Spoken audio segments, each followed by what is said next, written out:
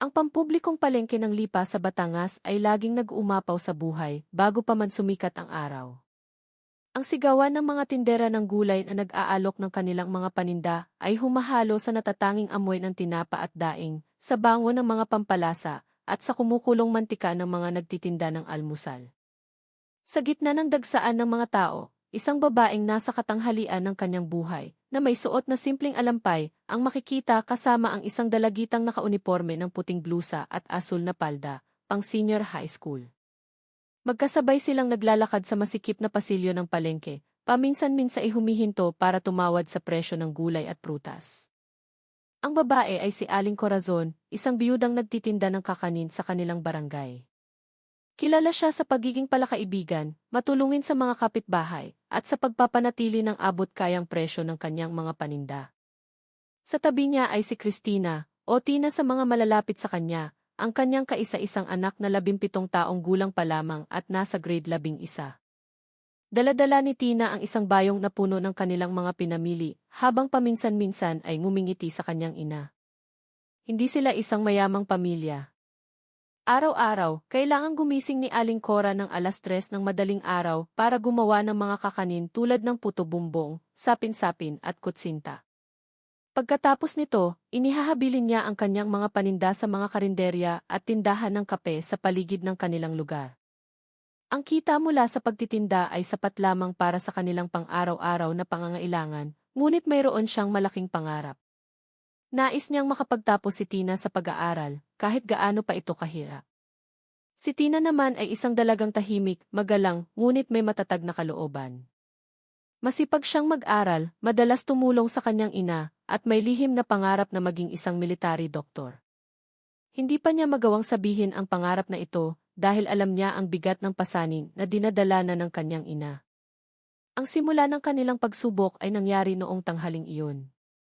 Matapos mamili ng kanilang mga pangangailangan, pauwi na sana sina Aling Cora at Tina. Ngunit, ang kanilang mga hakbang ay natigil sa paradahan ng mga motorsiklo sa palengke. Isang pulis na nakaunipormeng asul ang nakatayo roon na may mayabang na anyo, hawak ang isang maliit na batuta. Ang pangalan niya ay Police Staff Sergeant Marco Reyes. Miyembro siya ng lokal na pulisya na kilala ng mga taga-palengke dahil sa kanyang aroganting pag-uugali. May masamang reputasyon si Reyes, madalas mangikil sa mga tindera sa palengke sa dahilan ng key protection money. Hindi rin bihira na namamalo siya kapag may tumatanggi. Marami sa mga taga-palengke ang sawang-sawa na, ngunit walang naglalakas loob na lumaban. Noong sandaling iyon, pinahinto ni Sergeant Reyes sina Aling Cora at Tina. "Hoy, Al! Ang dami ninyong pinamili pasinghal na sabi ni Reyes. Nasaan ang tiket ninyo sa parking?" Naguguluhang sumagot si Aling Cora, "Tiket po, sir. Nagbayad na po ako sa nagbabantay kanina. Ito po ang resibo." Inagaw ni Reyes ang papel mula sa kamay ni Aling Cora. "Ano to?" "Resibong gawa-gawa lang. Hindi obra sa akin to. Kung gusto ninyong makaalis ng maayos, magbayad kayo ulit." 1,000 piso. Nabigla si Aling Cora.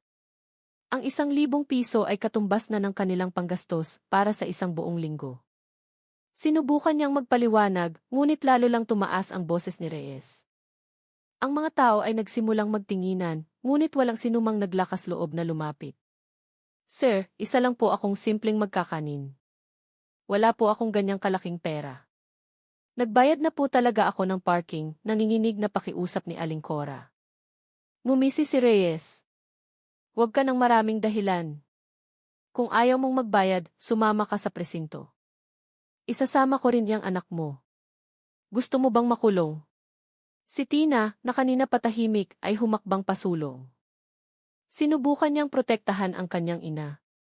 "Sir, nagbayad po ng tama ang nanay ko. Huwag po kayong mangikil ng ganito," mariin ngunit magalang na sabi ni Tina. Ang mga salitang iyon ay tila isang sampal sa pagkatao ni Reyes. Naramdaman niyang nayurakan ang kanyang dangal dahil isang estudyante lang ang naglakas loob na labanan siya. Sa tindi ng galit, tinulak niya ng malakas ang balikat ni Tina, kaya muntik na itong matumba. Sumigaw si Reyes, "Walang modo kang bata ka. Tinuturuan mo pa ang pulis?" Walang pag-aalinlangan, lumipad ang kanyang kamay at isang malutong na sampal ang dumapo sa pisngi ni Tina. Nahulog ang bayong nadala nito at kumalat ang kanilang mga pinamili sa sementadong sahig. Hiyaw na sumigaw si Aling Cora, sinusubukang yakapin ang anak. Ngunit si Aling Cora naman ang tinulak ni Reyes hanggang sa bumagsak ito sa sahig ng paradahan. Nagsimulang magkagulo ang mga tao sa paligid. Ilang tindera ang sumubok na tulungan si Aling Cora, ngunit tinignan sila ni Reyes ng masama na para bang handang saktan ang sinumang makikialam. Ang dating masayang palengke ay biglang nabalot ng tensyon. Ngunit lingid sa kaalaman ni Reyes, may isang mamimili ang palihim na kinukuhanan ng video ang buong pangyayari gamit ang kanyang cellphone. Malinaw na naipakita sa video kung paano sinaktan at kinikilan ng isang nakaunipormeng pulis ang mag-ina sa harap ng publiko. Si Tina, na namumula ang mukha dahil sa sampal, ay nakayuko lamang, ngunit ang kanyang mga mata ay naglalaman ng apoy na walang sinumang nakakaalam. Sa kanyang isip, bumulong siya, "Huwag ngayon. Hayaan mong makita ng lahat kung sino talaga ang may kasalanan." Ang mga nakakita ay nagsimulang magbulungan. May isang naglakas loob na i-upload ang video sa social media, sa isang Facebook group ng mga tagalipa. Simple lang ang caption, "Aroganteng pulis, nangingikil sa mag-ina sa palengke." Ganito ba dapat maglingkod sa bayan? Sa loob lamang ng ilang oras, kumalat na parang apoy ang video. Ang Twitter, TikTok at mga Viber group ay napuno ng nasabing video. Nag-alab ang galit ng mga netizen. Ang pangalan ni Sergeant Marco Reyes ay biglang naging viral, ngunit sa pinakamasamang paraan. Pagsapit ng gabi, nakaupo si Tina sa kanyang kwarto, tulala. Ang kaliwang pisngi niya ay ramdam pa rin ang hapdi ng sampal kanina. Pumasok si Aling Cora, may dalang gamot at bulak, na may malungkot na mukha. "Anak, pasensya ka na," mahinang sabi ni Aling Cora.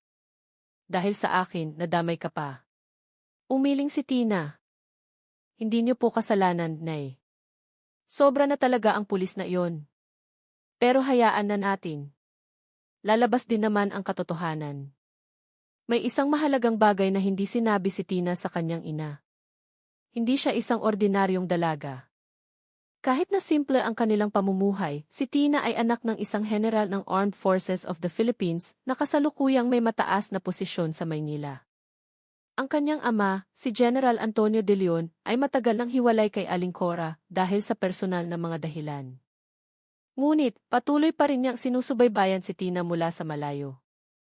Isang bagay na hindi alam ng marami, palihim na sinasanay si Tina sa basic self-defense ng isang aide ng kanyang ama tuwing bakasyon. Kahit hindi sila magkasama, nakakatanggap pa rin siya ng atensyon sa anyo ng espesyal na edukasyon at gabay. Ngunit, pinili ni Tina ang simpleng buhay kasama ang kanyang ina. Hindi niya kailanman ipinagyabang kung sino ang kanyang ama, dahil ayaw niyang tratuhin siya ng iba ng mga tao. Ngayon, matapos ang insidente sa palengke, ang lihim na iyon ay dahan-dahang mabubunyag. Kinabukasan, nagsimula ng ibalita ng mga lokal na media ang kaso ng aroganteng pulis sa palengke. Ang video ay napanood na ng daan-daang libong tao. Nanawagan ng mga netizen sa hepe ng pulisya na kumilos agad. Sa kabilang banda, nagpanik si Reyes. Sinubukan niyang tawagan ang ilang kasamahan para linisin ang kanyang pangalan, idinadahilan na edited ang video. Ngunit huli na ang lahat. Kumalat na ang katotohanan. Samantala, sa simpleng bahay ni na Aling Cora, nagsimula nang dumating ang mga mamamahayag. Gusto nilang kapanayamin ang mga biktima. Nalilito si Aling Cora, natatakot na baka lalo lang lumala ang sitwasyon kung magsasalita siya. Ngunit si Tina, sa kanyang kahinahunan, ay nagsabi lang, "Nay, hindi po natin kailangang magsinungaling. Sabihin lang po natin kung ano ang totoo. Ang katotohanan ang kakampi sa atin." Ngunit ang hindi inaasahan, ang balita ay nakarating na sa mga tainga ni General De Leon sa Campo Aguinaldo. Isang aide ang nagulat sa kanya habang ipinapakita ang viral na video. Nagulat at nagalit si General De Leon nang makita ang kanyang anak na sinasampal ng isang pulis sa harap ng publiko. Matagal niyang tinitigan ang screen ng cellphone, nanigas ang kanyang panga. May galit ng isang ama at galit ng isang sundalo ng bayan. Ang lakas ng loob niyang saktan ang anak ko, mariing bulong ng general. Bukas na bukas din, ako mismo ang pupunta sa syudad na yan. At doon nagsimulang pumasok ang kwento sa isang bago at mas kapanapanabik na yugto. Kinaumagahan, masigla pa rin ang palengke tulad ng dati. Ngunit mayroong kakaiba sa hangin. Mula nang mag-viral ang video ng aroganting pulis, maraming tindera ang palihim na nakaramdam ng ginhawa. Nagbubulungan sila. May bagong pag-asa na ang masamang pag-ugali ni Sergeant Reyes ay malapit nang matapos. Sa kabilang banda, si Reyes mismo ay hindi mapakali.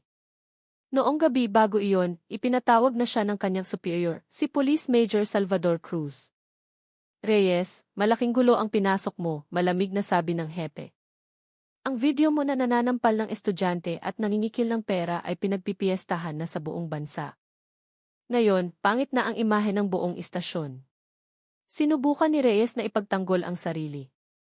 Sir, mag-ina lang naman yon. Nag-iinarte lang sila para mag-viral. Gusto ko lang namang. Pinutol siya ng hepe. Tumahimik ka. Akala mo ba ganoon kadali yon? Tumawag na ang provincial director. Ang utos nila, manahimik ka muna. Huwag ka nang gagawa ng isa pang kalokohan. Yumuko si Reyes, ngunit sa loob-loob niya, nararamdaman pa rin niyang makakalusot siya. Iniisip niya, lilipas din yan. Mabilis namang makalimot ang mga tao. Hindi niya alam, isang mas malakas na bagyo ang paparating. Samantala, sa bahay ni Aling Cora, katatapos lang nilang mag-agahan. Naghahanda si Tina para pumasok sa eskwela. Kahit na may bakas pa ng sampal ang kanyang mukha, bumuntong hininga si Aling Cora. Bigla, isang malakas na ugong ng mga sasakyan ang narinig sa harap ng kanilang bahay. Hindi lang isa, kundi 3 itim na dsigu ang huminto. Ang mga kapitbahay ay agad na naglabasan, nag-uusisa. Mula sa isa sa mga sasakyan, bumaba ang isang matikas na lalaki na nasa edad 50, naka-unipormeng pang-army na puno ng medalya.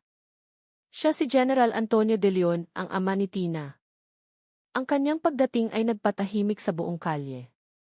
Nagulat si Aling Cora at nagsimulang mamasa ang kanyang mga mata. Ilang taon na silang hindi nagkikita ng ganito. Si Tina naman ay natigilan, halos hindi makapaniwala na bigla na lang sumulpot ang kanyang ama. Anak, mariin ngunit malambing na sabi ni General de Leon kay Tina. Nandito si Papa dahil nalaman ko ang nangyari sa'yo. Sinumang maglakas loob na saktan ang anak ko ay kailangang managot. Sinubukan ni Tina na pigilan ang kanyang emosyon. Yumuko siya at marahang tumango. Napaluhan na rin si Aling Cora. Hindi dahil sa takot, kundi dahil sa ginhawa na mayroong handang magtanggol sa kanila. Hindi nagtagal, dumiretso si General de Leon sa istasyon ng pulis kung saan nakatalaga si Reyes. Hindi siya nag-iisa. Ilang opisyal na may mataas na ranggo ang kasama niya. Mabilis na kumalat sa maliit na syudad ang balita ng pagdating ng general. Sa istasyon, ramdam ang tensyon. Sinalubong sila ni Major Cruz na pilit ang ngiti, ngunit halatang kinakabahan. Magandang umaga po, General. Ano po ang maipaglilingkod namin? Malamig ang boses ni General de Leon. Malalim ito at may bigat. Hindi ako naparito para makipagplastikan. May miyembro kayo rito na sinaktan ang anak ko sa harap ng publiko habang nangingikil. Nasaan siya? Tumahimik ang buong kwarto. Lahat ng mata ay napunta kay Reyes na nakatayong naninigas sa isang sulok. Namumutla ang kanyang mukha. Sa unang pagkakataon, naramdaman niya kung gaano siya kaliit. Lumapit si General de Leon, tinitigan ng diretsyo sa mata si Reyes. Alam mo ba kung sino ang sinampal mo? May diin na tanong ng general. Dugot laman ko yon. Pero higit pa roon, ipinahiya mo ang unipormeng suot mo. Nautaw si Reyes. Hay, hindi ko po alam, General. Nagkamali lang po ako, nanginginig niyang sabi. Ang mga salitang iyon ay lalong nagpalamig sa buong silid. Pinalo ni General de Leon ang mesa ng malakas na halos mapatalon ang lahat. Huwag mong isipin na ang isyong ito ay dahil lang anak ko siya. Nagkakamali ka, sigaw ng general. Nagkamali ka dahil ginamit mo ang unipormeng iyan para mang-api ng mga ordinaryong mamamayan. Ang mga salitang iyon ay nagpayuko sa ilang pulis. Si Major Cruz naman ay tahimik lang, hindi magawang ipagtanggol si Reyes. Kumalat ng mas mabilis pa sa apoy ang balita tungkol sa pagdating ni General de Leon. Ang mga lokal na media na dati nakatutok lang sa video ni Reyes ay may bago ng headline na bunyag, estudyanteng sinampal ng pulis, anak pala ng isang general. Lalong umingay ang mga netizen. Mayroong galit kay Reyes, mayroon ding nakahinga ng maluwag dahil sa wakas, nabigyan ng malaking pansin ang kaso. Sa palengke, palihim na nagdiwang ang mga tindera.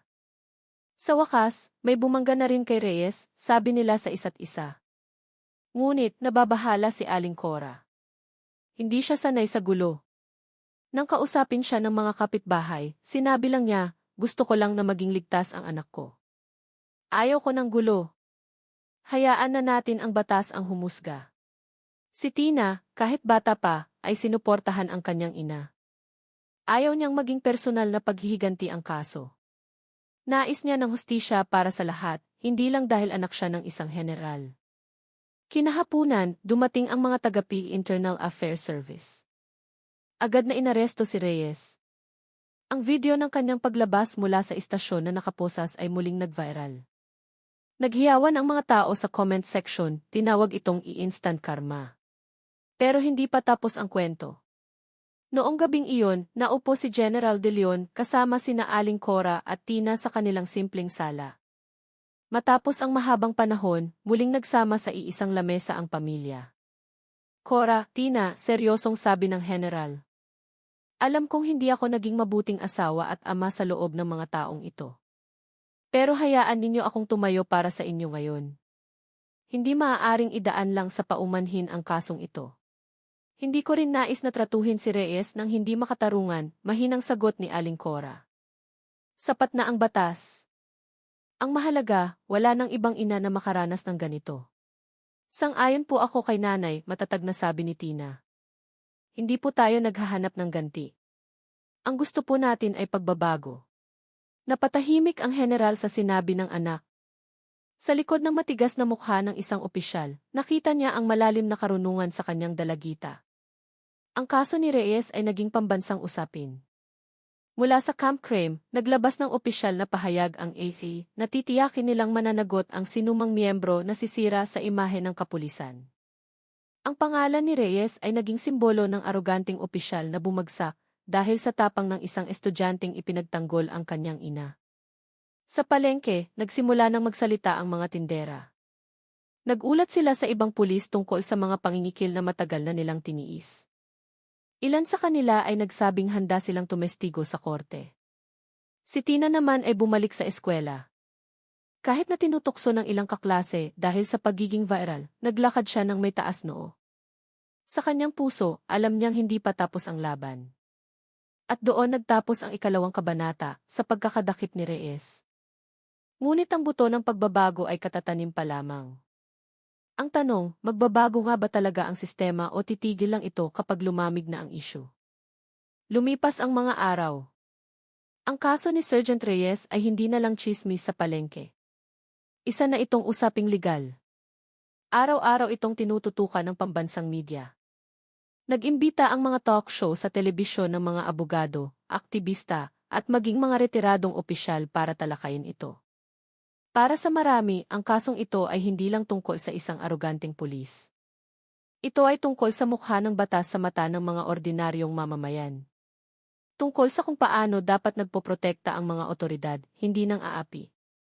Sa unang araw ng paglilitis, ang Regional Trial Court ng Lipas City ay biglang napuno ng tao. Daan-daang katao ang nagtipon sa labas, karamihan ay mga tindera sa palengke, mga estudyanteng aktivista, at mga usisero. May mga nakalatag na banner, hustisya para di lahat. Walang opisyal dit higit day batas. Sa loob ng korte, mabigat ang tensyon. Nakaupo si Reyes bilang akusado. Malayo na ang itsura niya sa dati. Maputla, malungkot ang mga mata, nanginginig ang katawan. Ang uniforme ng pulis na dati niyang ipinagmamalaki ay hinubad na sa kanya. Sa witness stand, nakaupo si Aling Cora kasama si Tina. Hiniling ng hukom ang kanilang testimonya. Ginang Corazon, mangyaring ikwento ninyo ng tapat ang nangyari sa palengke noong araw na iyon, mahinahong sabi ng hukom. Nagsimulang magsalita si Aling Cora, nanginginig ang boses. Katatapos ko lang po mamili. Pinahinto po kami ng akusado, Humihingi ng 1,000 piso dahil daw hindi balido ang resibo namin sa parking. Tumanggi po ako. Tapos, tinulak niya po ako at sinampal ang anak ko. Tumahimik ang buong korte. Lahat ng mata ay nakatutok kay Aling Cora. Sumunod na tumestigo si Tina. Kahit 17 taong gulang pa lang, nagsalita siya ng malakas at walang takot. Nakita ko po mismo kung paano niya binastos ang nanay ko, mariing sabi ni Tina. Nang ipagtanggol ko siya, ako naman po ang sinampal niya. Hindi lang po iyon insulto sa aming pamilya, kundi sa lahat ng mamamayang naniniwala na ang uniforme ng pulis ay para protektahan sila. Ang mga salitang iyon ay nagpatango sa marami sa loob ng korte. Ilan pa nga ay napaluha.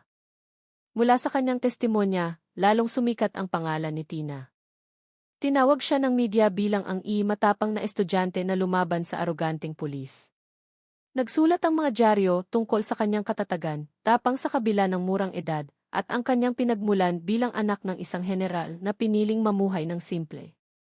Sa social media, marami ang pumuri. Kung lahat lang sana ng kabataan ay tulad ni Tina, mas bubuti pa ang Pilipinas. Si Tina ang patunay na kayang yanigin ng isang maliit na boses ang kapangyarihan. Ngunit, mayroon ding mga mapanira na nagsasabing lumaki lang ang kaso dahil anak siya ng isang mataas na opisyal. Malamig na tinugon ito ni Tina sa kanyang ina. Hayaan na po natin sila, Nay. Ang mahalaga, lumalabas ang totoo. Kung hindi dahil sa video na iyon, baka nanahimik na lang din tayo tulad ng ibang tindera. Ilang araw ang lumipas, humarap si General De Leon sa isang maikling press conference. Dinumog siya ng mga tanong tungkol sa kanyang papel sa kaso. Nandito ako hindi bilang isang general, kundi bilang isang ama, seryosong sabi niya. Ngunit higit pa roon, nais ko ring ipaalala na ang mga lingkod bayan ay dapat maging tagapagtanggol ng mga tao, hindi mangingikil. Ayaw kong matapos ang kasong ito sa anak ko lang. Kung may iba pang ordinaryong mamamayan na nakaranas ng ganito, magsalita kayo. Lalong humanga ang publiko sa kanya. Hindi niya itinago ang pagkatao ni Tina, ngunit idiniin niya na ang sentro ng kaso ay ang pag-abuso sa kapangyarihan. Sa mga sumunod na pagdinig, ilang tindera sa palengke ang humarap bilang testigo. Nariyan si Mang Kiko, isang magugulay. Si Aling Nena, isang mag-iisda. At si Rico, ang tagabantay sa parking na madalas ding sigawan ni Reyes. Lahat sila ay tumestigo na matagal nang nangingikil si Reyes sa mga tindera gamit ang dahilan na protection money. Mayroon pang ang sinasaktan kapag tumatanggi. Natatakot po kaming magsalita, Your Honor, emosyonal na sabi ni Mang Kiko. Pero mula nang kumalat ang video, nalaman naming kailangan na naming magsalita. Ayaw na po naming maging pugad ng pangingikil ang palengke namin. Ang mga testimonya ay lalong nagdiin kay Reyes. Wala na siyang lusot. Sa kabila ng lahat, nababagabag ang puso ni Tina. Kahit malinaw na may kasalanan si Reyes, nakaramdam siya ng halo-halong emosyon. Nakita niya si Reyes sa upuan ng akusado, mukhang walang pag-asa. Nakita niya ang kanyang pamilya sa likuran na umiiyak, isang batang asawa at isang maliit na anak na walang muwang na nakatingin sa paligid. Sa kanyang puso, nakaramdam si Tina ng galit at awa. Alam niyang malaki ang kasalanan ni Reyes, ngunit alam din niyang ang batas ay hindi lang tungkol sa pagpaparusa, kundi sa pagbibigay ng aral upang hindi na maulit. Noong gabing iyon, kinausap ni Tina ang kanyang ina. Nay, paano po kung patawarin na lang natin siya? Hayaan po nating umusad ang batas, pero ipakita nating hindi tayo naghihiganti. Anak, mabuti ang magpatawad, malambing na sagot ni Aling Cora. Pero tandaan mo, ang pagpapatawad ay hindi nangangahulugang pagkonsinti. Kailangan pa ring pagbayaran ang kasalanan. Kung hindi, may susulpot lang na isa pang Reyes. Ang mga salita ni Aling Cora ay nagpakalma sa puso ni Tina. Nagsimula siyang matutong pag-ibahin ang hustisya at habag. Dumating ang araw ng paghatol. Muling napuno ang korte. Live itong ipinalabas ng media. Naghihintay ang buong bansa. Binasa ng hukom ang mahabang desisyon, binanggit ang ebidensya ng video, ang testimonya ng mga biktima at saksi, at ang record ng masamang pag-ugali ni Reyes. Sa wakas, sa isang malakas na boses, nagpasya ang hukom, ipinapataw sa akusadong si Police Staff Sergeant Marco Reyes ang parusang pagkakakulong ng 3 taon at ang kagyat na pagtanggal sa serbisyo sa Philippine National Police. Sumabog ang korte sa reaksyon. Marami ang nagsigawan sa tuwa.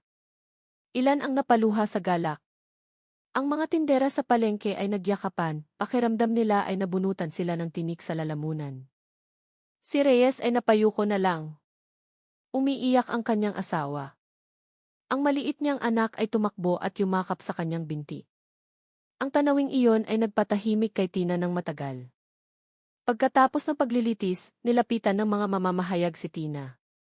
Tinanong nila kung ano ang kanyang nararamdaman. Kalmado at matatag ang kanyang boses. Ang araw na ito ay hindi tungkol sa akin o sa nanay ko.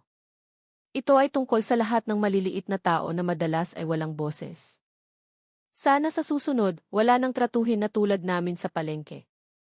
Hindi dahil anak kami ng opisyal, kundi dahil lahat ng mamamayan ay karapat-dapat protektahan. Ang mga salitang iyon ay muling nag-viral. Marami ang tumawag kay Tina na simbolo ng katapangan ng kabataang Pilipino. Hindi pa tapos ang kwento. Kahit naparusahan na si Reyes, isang malaking tanong ang nananatili. Ito na ba talaga ang simula ng pagbabago o isa lang itong mainit na balita na lilipas din? Matapos ipataw ang hatol, dahan-dahang bumalik sa normal ang syudad. Ang palengke na dating puno ng takot ay mas gumaan na ngayon ang pakiramdam.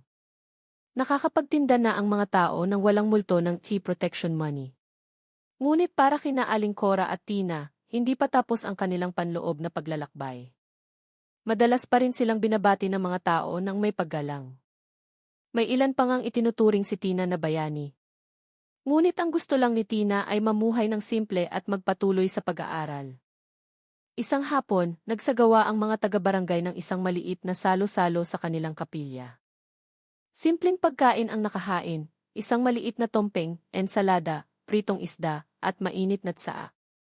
Walang karangyaan, puro pasasalamat lamang. Nagtipon tayo ngayon hindi para ipagdiwang ang pagdurusa ng iba, sabi ng barangay captain, kundi para magpasalamat na sa wakas, nanalo ang katotohanan. Sana maging aral ito sa ating lahat. Nakaupo si Aling Cora sa unahan, yumuyuko sa tuwa. Nasa tabi niya si Tina, paminsan-minsaing ngumingiti sa mga kapitbahay na bumabati sa kanila. Sa huli, nagkaroon ng dasal, isang panalangin na manatiling ligtas ang palengke, umunlad ang mga tindera, at laging bigyan ng tapang ang mga kabataang tulad ni Tina para ipaglaban ang tama. Ilang araw matapos ang salo-salo, isang hindi inaasahang bisita ang dumating. Ang asawa ni Reyes, kasama ang kanilang maliit na anak, ay nagpunta sa bahay ni na Aling Cora. Maputla ang kanyang mukha, maga ang mga mata dahil sa pag-iyak. Natigilan si Aling Cora, ngunit pinatuloy pa rin sila. Naupo rin si Tina, medyo kinakabahan. Ginang Corazon, Christina, humihikbing sabi ng asawa ni Reyes. Humihingi po ako ng tawad. Malaki po ang kasalanan ng asawa ko. Buong pamilya po namin ang nagdurusa sa kahihiyan. Hindi po ako naparito para ipagtanggol siya, kundi para humingi ng paumanhin. Tumahimik ang buong sala dahil sa kanyang pag-iyak. Tinitigan ni Tina ang maliit na bata na mahigpit ang yakap sa ina. Naalala niya ang sarili niyang kabataan, kung paano siya lumaki na ina lang ang kasama. Ipinatong ni Aling Cora ang kanyang kamay sa kamay ng asawa ni Reyes. Pinatawad na namin siya, malambing niyang sabi. Pero kailangang umusad ang batas. Hindi para sirain siya, kundi para itama. Huwag kang mag-alala. Hindi ka nag-iisa. Sumunod na nagsalita si Tina, mahinahon ang boses. Wala po kaming galit.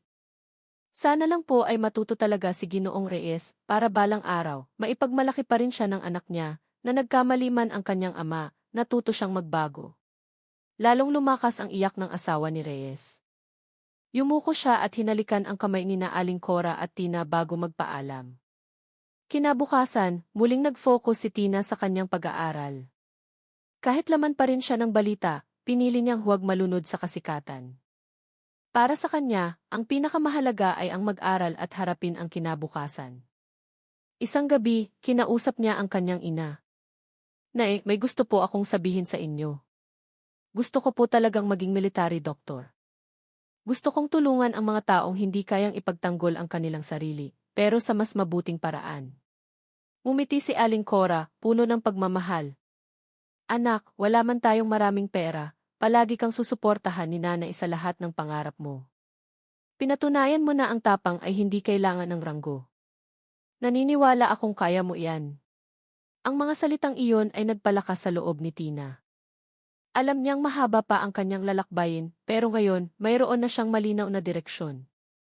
Ilang linggo ang lumipas, tuluyan nang nagbago ang palengke. May mga bagong pulis na itinalaga para magbantay. Ngayon, mas palakaibigan na sila. Mas komportable na ang mga tindera. Gumawa pa sila ng isang pondo para tulungan ang mga kapwa tindera na nangangailangan ng puhunan. Madalas banggitin din namang Kiko at Aling Nena ang pangalan ni Tina bilang simbolo ng katapangan. Ngunit laging tumatanggi si Tina sa papuri. Wala po akong ginawa, nakangiti niyang sabi. Ang mahalaga, ligtas na ang palengke natin. Sapat na po yun. At doon nagtatapos ang kwento. Hindi sa pagkamuhi, kundi sa pasasalamat at bagong pag-asa. Isang kwento na nagpapaalala na kayang makamit ang hustisya, basta't may tapang na magsalita. Sa gitna ng ingay ng palengke, sa pagitan ng amoy ng gulay at kakanin, muling naniwala ang mga tao na mayroon pa ring kabutihan